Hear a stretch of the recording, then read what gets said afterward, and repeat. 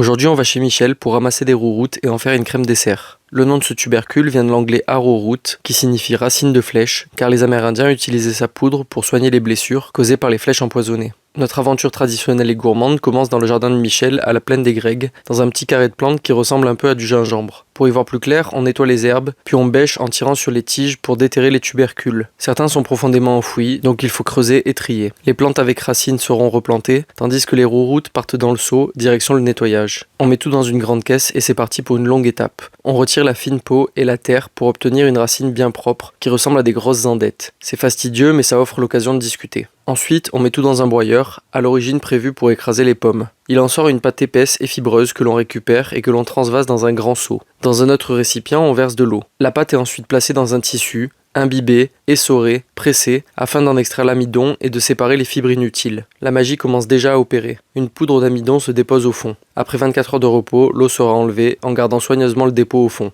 Il sera ensuite séché sur cette table, dans un séchoir en tôle transparente où la chaleur est emprisonnée. Quelques jours plus tard, on obtient une poudre parfaitement sèche. Ce précieux épaississant naturel peut servir à faire des sauces, des bonbons ou encore une crème douce pour les troubles digestifs. Pour cela, il suffit de mélanger du lait, du sucre, de la poudre rouroute, de faire chauffer du lait et de mélanger le tout en remuant jusqu'à épaississement. On laisse refroidir et on obtient une crème sucrée, épaisse, sans gluten, super facile à faire et surtout délicieuse.